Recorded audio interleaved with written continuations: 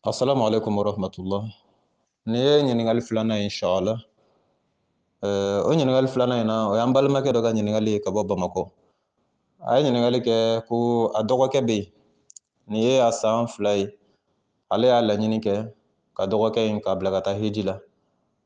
A y'a laɲini kɛ a bɛ fɛ k'a bila ka taa hiji la. Mais a ma se ka ɲɛ sɔrɔ banako kɛla sababu ye. Bon, je pense que a kan bɛ bana min ma o ye c'est-à-dire bana min bɛ diɲɛ kɔnɔ sisan coronavirus COVID-19. Je pense que a kan b'o bana de ma. Parce que ma précision ba sɔrɔ banako in na kosɛbɛ. Je sais pas si ni bana bɛ a dɔgɔnin de kun kan. En personne, c'est-à-dire en personne, ou bien n'a sɔrɔ ni bana bɛ c'est-à-dire a kan bɛ COVID-19 de ma. Ça c'est de façon générale. A y'a faamu. Mais n bɛ se ka an bɛ min ta dɔrɔn presque les deux sont les mêmes. A kɛla a dɔgɔnin de man kɛnɛ o n'a dɛsɛla ka taa o. Ou bien a kɛla par exemple bana minnu bɛ yen sisan ni siraw baarilen don ni siraw tɛ se ka taga. Bon, presque les deux sont les mêmes. A bɛɛ jaabi ye kelen presque quoi. A y'a faamu. Voilà. Donc ko yala ale kan ka mun kɛ sisan pour que a dɔgɔnin a ye ŋɛnɛya ɲumanya min kɛ ni a ye a nafa bɛ se ka s'a ma cogo min na. Donc Monsieur Traoré Bamako, ne ɲininkali ka surun mais a jaabi ka jan kosɛbɛ. A jaabi ka jan quoi. Mun n'a jaabi ka jan parce que a ɲininkali in nana ɲɛfɛ dɔɔni. Jumɛn de bɛ kɔfɛ? Min bɛ kɔfɛ o ye jumɛn ye? O ye la première question, ni k'i bɛ mɔgɔ bila ka taa hiji, ɲininkali de bɛ kɛ est ce que i yɛrɛ taara hiji? N'est ce pas? Donc il faut que o bɛɛ ka détail fɔlɔ. N'o bɛɛ détail la, n'a yela k'i yɛrɛ taara hiji, donc o jaabi ye min ye o bɛ dɔn. N'a yela k'i yɛrɛ ma taa hiji, o jaabi ye min ye o fana bɛ dɔn. N'est ce pas? Yan'a ka se ko dɔgɔnin ta ma ou bien maa wɛrɛ ta ma, silamɛya bɛ min ɲini fɔlɔ o ye i yɛrɛ ta de ye fɔlɔ. A bɛ faamu wa? I yɛrɛ bakun silamɛya b'o de ɲini fɛ fɔlɔ yanni ka se maa wɛrɛ ma. Et là ça se comprend. Toute charité bien ordonnée commence par soi. N'est ce pas? N'i bɛ fɛn daminɛ ala ko la k'i k'a daminɛ i yɛrɛ de la. Yanni ka fɔ mɔgɔw ma k'a y'a kɛ tan i yɛrɛ k'a kɛ fɔlɔ. A bɛ faamu? Yanni k'a fɔ mɔgɔw ma k'a siran ala ɲɛ i yɛrɛ min b'a fɔ i ka siran ala ɲɛ fɔlɔ yanni k'a fɔ mɔgɔw tɔw ma k'u k'a kɛ. A bɛ faamu wa? Yanni k'a fɔ mɔgɔw tɔw ma k'u ka nin ɲuman in kɛ i yɛrɛ ka kɛ ɲuman in kɛbaa ye fɔlɔ yanni k'a fɔ mɔgɔw tɔw ma k'u k'a kɛ. An b'o dalilu sɔrɔ yɔrɔ jumɛn na? An b'o dalilu sɔrɔ kuranɛ kɔnɔ a suran 2 aya 44. A bɛ faamu wa? Kuranɛ a suran 2 aya 44 n'o ye suratul bakara ye. Aya 44 na ala ko cogo di? A'udhu billahi min sharri shaitanir rajim. Ala ko ata'muruna an-nasa bil birri wa tansawna anfusakum wa antum tatluna al-kitaba afala ta'qilun. Ala ko yala mun bɛ i bila ka mɔgɔw bila fɛn dɔ la i yɛrɛ ti fɛn min kɛ. A bɛ faamu? Ka mɔgɔw bila fɛn dɔ la i yɛrɛ ti fɛn min kɛ. K'a fɔ mɔgɔw ma a ye taa hiji mais a se kɛla i ye i yɛrɛ ma taa. Ko yala e sen t'a la wa? Ou bien k'a fɔ mɔgɔw ma a ye ala ko kɛ i yɛrɛ dun b'a kɛ yala e sen t'a la wa? A bɛ faamu? O fana kuma in bɛ a yɛrɛ sɔrɔ yɔrɔ dɔ la kuranɛ kɔnɔ a suran 61 aya fɔlɔ 2nan 3nan. A bɛ faamu? Plus précisément aya 2nan 3nan ka jigin. N'est-ce pas? Donc ala ko a'udhu billahi min sharri shaitanir rajim. Ya ayyuhalladhina amanu lima taquluna ma la taf'alun. Kabura maqtan 'inda Allah an taqulu ma la taf'alun. Hey aw mu'minun, n'aw bɛ fɛn minnu fɔ a ye jija aw yɛrɛw k'a kɛ. N'aw bɛ min fɔ a ye jija a k'a kɛ. Aw kana fɛn fɔ aw tɛ fɛn min kɛ sinon ala bɛ tigɛ i la. N'est-ce pas? Donc monsieur Traoré nin bɛɛ détail de ye fɔlɔ pour te guider vraiment pour que la réponse soit satisfaisante et complète. A bɛ faamu wa? Parce que jaabi kunkurunin di diinɛ na a ma nɔgɔn ne ma quoi. Ne bɛ diinɛ ɲininkali jaabi c'est-à-dire n b'a kɛ en gros ye. En gros kɔrɔ ye jumɛn ye? Ɲininkali in bɛ se ka tali kɛ fɛn minnu kan a ka di n ye k'a bɛɛ sama sama ka gɛrɛ pour que n'i y'a jaabi kelen sɔrɔ dɔrɔn n'i ye jaabi kelen sɔrɔ i bɛ se ka taa sɔrɔ ɲininkali 10 ou bien ɲininkali 20 ɲɔgɔnna jaabi de bɛ k'a kɔnɔ mais i bɛ taa sɔrɔ i ye ɲininkali kelen dɔrɔn kɛ. Donc ɲininkali kelen in na ne bɛ se k'a jaabi ka jaabi 20 réponse 20 d'i ma ka taa sɔrɔ olu si ɲininkali tɛ ɲininkali kɔnɔ a bɛ faamu o de détail qualité ka di ne ye diinɛ sira kan a bɛ faamu o de mɔgɔ guider kosɛbɛ a bɛ faamu d'accord donc maintenant n'a taara sɔrɔ ko i yɛrɛ ma hiji là a tɛ daga i ka wari di i dɔgɔnin ma k'a ka taa hiji ça ne se fait pas quoi c'est hors sujet a bɛ faamu n'a taara sɔrɔ i yɛrɛ ma hiji a tɛ daga silamɛya t'a daga i ye i k'a fɔ k'i bɛ wari di i dɔgɔnin ma k'a ka taa hiji de la même façon n'a taara sɔrɔ i ma hiji silamɛya t'a daga i ye i k'i fa bila ka taa k'a ka taa hiji c'est hors sujet a y'a lamɛn ka ɲɛ et c'est la même chose n'a taara sɔrɔ i ma taa hiji silamɛya t'a daga i ye k'i bamuso bila ka taa hiji c'est hors sujet ça se débute par toi d'abord en personne a bɛ faamu ni hiji ko b'i ma mumin ni bɛ fɛ ka taa hiji la ni hiji taga wari b'i bolo ka n'i fa bila ka taa dɛ i yɛrɛ de bɛ taa ka n'i ba bila ka taa dɛ i yɛrɛ de bɛ taa o tuma na n'i y'i ta kɛ tuma min na i na se ka ɲɛbɔ maa wɛrɛ fɛ k'i b'o bila ka taa mais e m'i ta kɛ o devoir dɔ di bɛ ma k'e k'a traiter devoir wɛrɛ di bɛ ekɔliden dɔ in ma k'o k'a traiter e y'i ka sujet in e y'o dabiri k'i ka ekɔliden dɔ in k'o ka sujet minɛ connaissance min b'i la k'o sujet in traiter k'o di o tigi ma e yɛrɛ sigin bɛ o nana fɛ y'o ramasser ka taa n'a ye e bɛ combien sɔrɔ ekɔliden dɔ in bɛ combien sɔrɔ baara dɔ di bɛ e ma ko jaabi bɛna bɔ a la baara wɛrɛ di bɛ i tɔɲɔgɔnkɛ ma ko jaabi bɛna bɔ a la maintenant e y'i ka baara to yen e ma foyi kɛ o la i taara i tɔɲɔgɔnkɛ ta i y'o kɛ k'o ɲɛ ni jaabi min bɔla a bɛ fɔ ko jɔn de ta ɲɛna i tɔɲɔgɔnkɛ ta de ɲɛna e dun zéro munna parce que i m'i ta kɛ mais n'a sɔrɔ i kun y'i ta de kɛ fɔlɔ n'i tilala i ta de la i bɛ se k'a fɔ k'i bɛ gɛrɛ maa wɛrɛ ta la n'est-ce pas donc o de ye silamɛya logique ye mais nin bɛɛ la i bɛ se ka taa jamakulu wɛrɛ sɔrɔ yen par exemple ahmadiya par exemple est ce que a faamu ahmadiya comme o ka notion caman tun bɛ ne bolo mais sisan kɔni ne y'a ye c'est à dire que parfois c'est pas la peine quoi i b'olu dɔw ye tuma dɔ la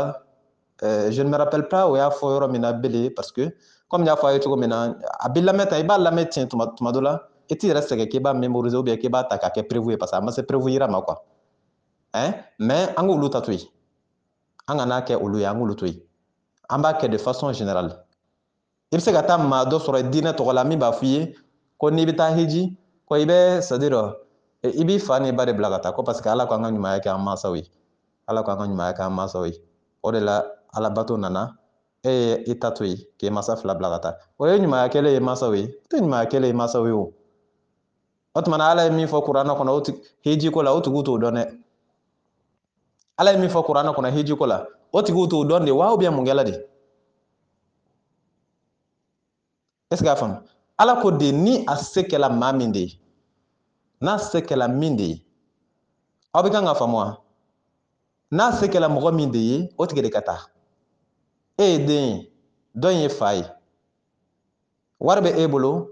mais a t'i fa bolo ala ye wari don e kɛrɛsɛgɛ la ka hiji taga se di e ma e bɛ se k'a kɛ mais i fa wari t'ale bolo ala ma wari don o kɛrɛsɛgɛ la ala ti o minɛ hiji ma o parce que ala ma hiji se kɛ o ye o est ce que a faamu ninnu tɛ kunfɛ kuma ye a ye kuranɛ dayɛlɛ a suran 3 aya 96 97 a bɛ faamu aya 96 97 chapitre 3 verset 96 97 ala ko de n'a se kɛla mɔgɔ min ye n'ale ala y'a se di mɔgɔ min ma ni ala y'a se di e ma den mais o e de bɛ taa o c'est logique ça parce que ala y'a se di e de ma mais e tɛ se k'i ka se ta k'o sigan i fa ma k'ale ka taa entre temps i fa ale bɛ jate comme a se t'ale ye c'est à dire que lui il est exonéré il a accepté a ti minɛ a ma quoi i bamuso a se t'ale ye ala ti ale ɲininka hiji ko kuma na parce que a se t'a ye mais par contre toi a y'a se di e ma e de bɛ taa o et non k'i b'i fa bila ka taa parce que société la n'i nana taa k'i fa to yen k'a fɔ ko danga b'a nɔfɛ ou bien dɔw b'a fɔ danga b'i nɔfɛ a donna tan a bɔla tan a taara hiji la a fa ma taa a taara hiji la a bamuso ma taa n'est-ce pas donc ɲɛsiranya kama o jalaki kama adamadenw kana n'i don c'est à dire o daw kɛ ka tasuma mɛnɛ i la e bɛ siran ka ala ka hakɛ tiɲɛ ani ka siran mɔgɔw ka burujali ɲɛ mɔgɔ kana na fɔ dɔw kana na fɔ ko danga b'i nɔfɛ ou bien dɔw kana na fɔ k'i m'i fa jate da i b'i fa bila ka taa i yɛrɛ bɛ to yan c'est à dire que entre temps i fa tɛ baraji foyi sɔrɔ o la entre temps e yɛrɛ ta kɔni y'a la kɔlɔlɔ jugumanba ye parce que a ma kɛ convenablement a kɛla de mɔgɔw ɲɛda ani mɔgɔw ka tando n'a ma kɛ adamadenw b'a kɛ tan n'a ma kɛ mɔgɔw bɛna fɔ tan sigiɲɔgɔnw bɛna fɔ tan balimaw bɛna fɔ tan donc ni ko kɛla o kɔnɔ ka ban o tɛ ala ko ye bilen o bɔla o kɔnɔ minɛ n'ala ko don a bɛ fɔ n'a ma kɛ ala bɛna kɛ tan mais n'a ma kɛ adamadenw bɛna kɛ tan o tɛ ala ko ye a bɛ faamu wa donc la logique est très claire ni nafolo bɛ e kunna an ka exemple wɛrɛ ta nafolo bɛ e kun miliyɔn 2 mais i fa bɛ yen 200 dɔrɔn de b'ale bolo ou bien an ka kɛ dɔrɔmɛ yɛrɛ t'i fa bolo mais miliyɔn 2 bɛ e bolo parce que e bɛ jago la e bɛ affaire la mais i bamuso bɛ yen dɔrɔmɛ t'ale bolo miliyɔn 2 bɛ e bolo donc sisan aw mɔgɔ saba e fakɛ ani i bamuso ani i yɛrɛ miliyɔn 2 bɛ e bolo dɔrɔmɛ t'i fakɛ bolo dɔrɔmɛ t'i bamuso bolo maintenant jagabɔ wagati sera ne bɛ e ɲininka o ne bɛ e ɲininka miliyɔn 2 tigi denkɛ e de bɛ jaga bɔ miliyɔn 2 in na wa ou bien i fa de bɛ jaga bɔ a ka fu in de la wa ou bien i bamuso de bɛ a tɔgɔ di jaga bɔ a ka fu in de la a mɔgɔ saba jɔn de b'a bɔ i bamuso wa dɔrɔmɛ kɔni t'ale bolo 0 franc i fakɛ wa dɔrɔmɛ fana t'ale bolo 0 franc e dun 2 millions a mɔgɔ saba la jɔn de bɛ jaga bɔ mais c'est logique la réponse est claire e de b'a bɔ parce que a se b'e de ye a se tɛ min ye dun o b'a to yen parce que c'est ta ye est-ce que il faut pas chercher de midi à 14h on n'a pas besoin de chercher ça de midi à 14h a se bɛ min ye e de b'a kɛ donc c'est la même chose jaga bɛ cogo min na ala min ko jaga ka bɔ wala ko hiji ka kɛ mais sisan hiji ta la jaga ta la o dɔnna ka ban a fɔ ko a se bɛ e min ye e de b'a kɛ mais hiji ta la tu dois te dire que c'est la même chose a se bɛ e min ye e de bɛ taa kɛ quelle que soit la réaction des gens mɔgɔ mana fɛn fɛn fɔ o la i bɛ ka ala ko kɛ i b'u to yen i bɛ taa donc ni ala ye nɔgɔya wɛrɛ k'i ye n'i y'a ye i bɛ fɛ k'i fa bila ka taa ou bien i bɛ fɛ k'i ba bila ka taa donc maintenant silamɛ bɛ se k'o accorder i ye parce que e y'i ta kɛ mais e ta ma kɛ i bɛ n'i ye lahiya faga fana ta k'a lajɛ c'est presque la même chose ni seliba sera i bɛ taa ye an bɛna se c'est à dire tarawele i ka ɲininkali bɛ o yɔrɔ yɛrɛ yɛrɛ de nɔfɛ n'est-ce pas parce que i ko i kan ka mun de kɛ pour que i balimakɛ y'a ka heji baraji sɔrɔ donc ala ye lahiya ko fɔ kun min na a kun bɛɛ de filɛ nin ye i ye ɲininkali min kɛ tan a jaabi ye lahiya de ye c'est à dire san kun b'a sɔrɔ an tilala i ka ɲininkali la pepewu parce que i ko k'i kan ka mun kɛ pour que i dɔgɔnin b'a tɔnɔ sɔrɔ ne kun b'a fɔ dɔrɔn a se mana kɛ lahiya min ye saraka min ye k'o kɛ ala ye lahiya bɛ n'a fɔ saraka a kɛla a ye saga kantigɛ o ou bien a ye misi kantigɛ o ou bien c'est à dire a se mana kɛ min ye k'o kɛ ala ye a fɔ nin ma ko hadiyu est-ce que a faamu o y'i ka ɲininkali yɛrɛ jaabi bannen pepewu an bɛ fɛn fɛn na san b'a sɔrɔ an tɛ nin si la parce que e ka ɲininkali yɛrɛ ka jaabi a tɛ tɛmɛ miniti 2 a tɛ miniti 1 ɲuman yɛrɛ bɔ yɛrɛ n bɛ se k'a f'i ye pour que dɔgɔnin ka hiji baraji sɔrɔ o tɛ dɔwɛrɛ ye komi an bɛ se ka taa hiji la donc a bɛ sarakati dɔ kɛ ala ye ou bien a bɛ lahiya dɔ kɛ ala ye point n'a y'o kɛ o y'a bannen o y'a ka hiji remplacer de ye a ma ban wa mais ne ye détail min di aw tun b'o sɔrɔ cogo di alors que détail ninnu c'est très important pourquoi parce que a bɛ don dogodogonin de kɔnɔ ka taa kojugu ninnu wɔgɔbɛ k'a labɔ de k'a da kɛnɛ kan aw k'a dɔn tiɲɛna nin bɛ ka kɛ nin man ɲi n'i ye lahiya ta k'a lajɛ ni dutigi bɛ yen a denkɛ 2 ou bien a denkɛ 1 bɛ yen musokɔrɔba 2 bɛ yen mais denkɛ in wari b'ale de kun mais dutigi in wari t'a bolo a bamuso minnu bɛ yen wari t'u bolo maintenant qu'est-ce qui doit se passer maintenant seliba dun de don lahiya ko donna diinɛ na munna seliba la lahiya bɛ faga pourquoi mais kun wɛrɛ t'a la a kun dɔlen don a ye kuranɛ dayɛlɛ suratul bakara aya 196 kuranɛ a suran 2 aya 196 a bɛ faamu wa chapitre 2 verset 196 ala ko cogo di a'udhu billahi min sharri shaitanir rajim ala ko watimmul hajjata wal umrata lillah fa in ukhsirtum famastaysara min al hadi an tɛ jɔ ye ko an ka hiji ni umra kɛ ale ala ye comme ni anw balila si vous en êtes empêché alors faites un sacrifice qui vous semble facile ni dɛsɛla n'i ma se ka taa k'i ka saraka dɔ kɛ ala ye un sacrifice qui vous semble facile i se mana kɛ min ye n'o ye saga ye ou bien o ye misi ye ala ko qui te semble facile famastaysara min al hadi ni min se kɛla i ye ala ma fɛn fɔ a ma fɔ diyagoya k'i ka saga kantigɛ a m'o f'i ye a ma fɔ diyagoya k'i ka misi kantigɛ a m'o f'i ye ala ma fɔ nin yɔrɔ in na ko misi k'o de daraja ka bon a ma fɔ nin yɔrɔ in na ko sɛ k'o de daraja ka bon a ma fɔ nin yɔrɔ in na ko kami k'o de daraja ka bon ala ko i ka sarakati de bɔ lahiya de kɛ min se b'i ye point a kɛ misi 3 ye o a kɛ misi 40 ye o ça c'est autre chose ala ko min se b'i ye c'est tout les autres là tɔ ninnu b'i n'a fɔ a jabaw n'a supɔmu n'a fɛn wɛrɛw mais ala ye min fɔ dɔrɔn o filɛ nin ye est ce que a faamu mais n'a taara se lahiya ko wagati ma n'i ma misi sɔrɔ i bɛ nin kɛ tan n'i ma ɲɔgɔmɛ sɔrɔ i bɛ taa waraba san ou bien i bɛ kami san i bɛ sɛfan san i bɛ nin kɛ tan ala ye min fɔ o filɛ nin ye fɛn dɔ kɛ ala ye dɔrɔn min se b'i ye c'est tout quoi t'i ci fɛ ka n'i yɛrɛ sɛgɛn yɛrɛ a bɛ kuranɛ consulter a b'a sɛbɛnlen sɔrɔ ten a bɛ faamu wa mais ala ko jɔn de k'a kɛ ko fa in nusirtum ko e min kan ka taa hiji ni e dɛsɛla ni e ma se ka taa donc e ka hiji a bɛ remplacer ni mun ye k'i ka fɛn dɔ kɛ ala ye lahiya dɔ kɛ ala ye min se b'i ye n'i y'o kɛ ko a b'i n'a fɔ i tagala parce que e tɛ se ka taga e tɛ se ka taa min kɛ donc i ye mun kɛ i ye saga san ou bien i ye misi san k'a fɔ ala comme ne kun kan ka taa hiji ne ma se ka taa na nin da ka nin kantigɛ e ye i y'o min kɛ ko o de y'i ka hiji remplaçant ye misi Tarawele o y'i ka jaabi ye i ko k'i dɔgɔnin kan ka mun de kɛ pour que a k'a ka hiji baraji sɔrɔ ala ye min fɔ nin ye o ye wa n tɛ tɛmɛ o kan fana mais n bɛ fɛ ka détail min di o ye jumɛn ye o ye mɔgɔ min kan ka taa sisan n'o balila n ye exemple min di cɛkɔrɔba bɛ yen musokɔrɔba bɛ yen denkɛ bɛ yen mais se tɛ cɛkɔrɔba ye o kɔrɔ normalement hiji yɛrɛ tɛ tali kɛ o kan se tɛ musokɔrɔba ye normalement hiji ko kuma tɛ fɔ ale ye parce que se t'a ye ɔ mun bɛ na kɛ sisan se t'a ye ka taa hiji la wa se fana t'a ye ka fɛn dɔ san